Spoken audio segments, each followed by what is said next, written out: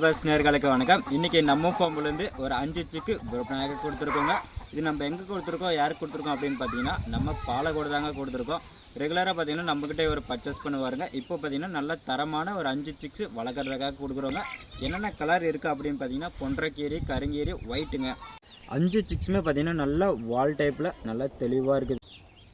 நல்லா வால் கவுண்ட்டில் சூப்பராக இருக்குங்க சிக்கு. வளர்க்குறதுக்கு அருமையான சிக்ஸுங்க. அதனால தாங்க நம்ம தெரிஞ்சவருக்கே கொடுத்துருக்கோங்க. இது பார்த்திங்கன்னா வளர்த்தாருங்க மறுபடியும் நம்ம பைபேக்கே பண்ணிக்குவோம்.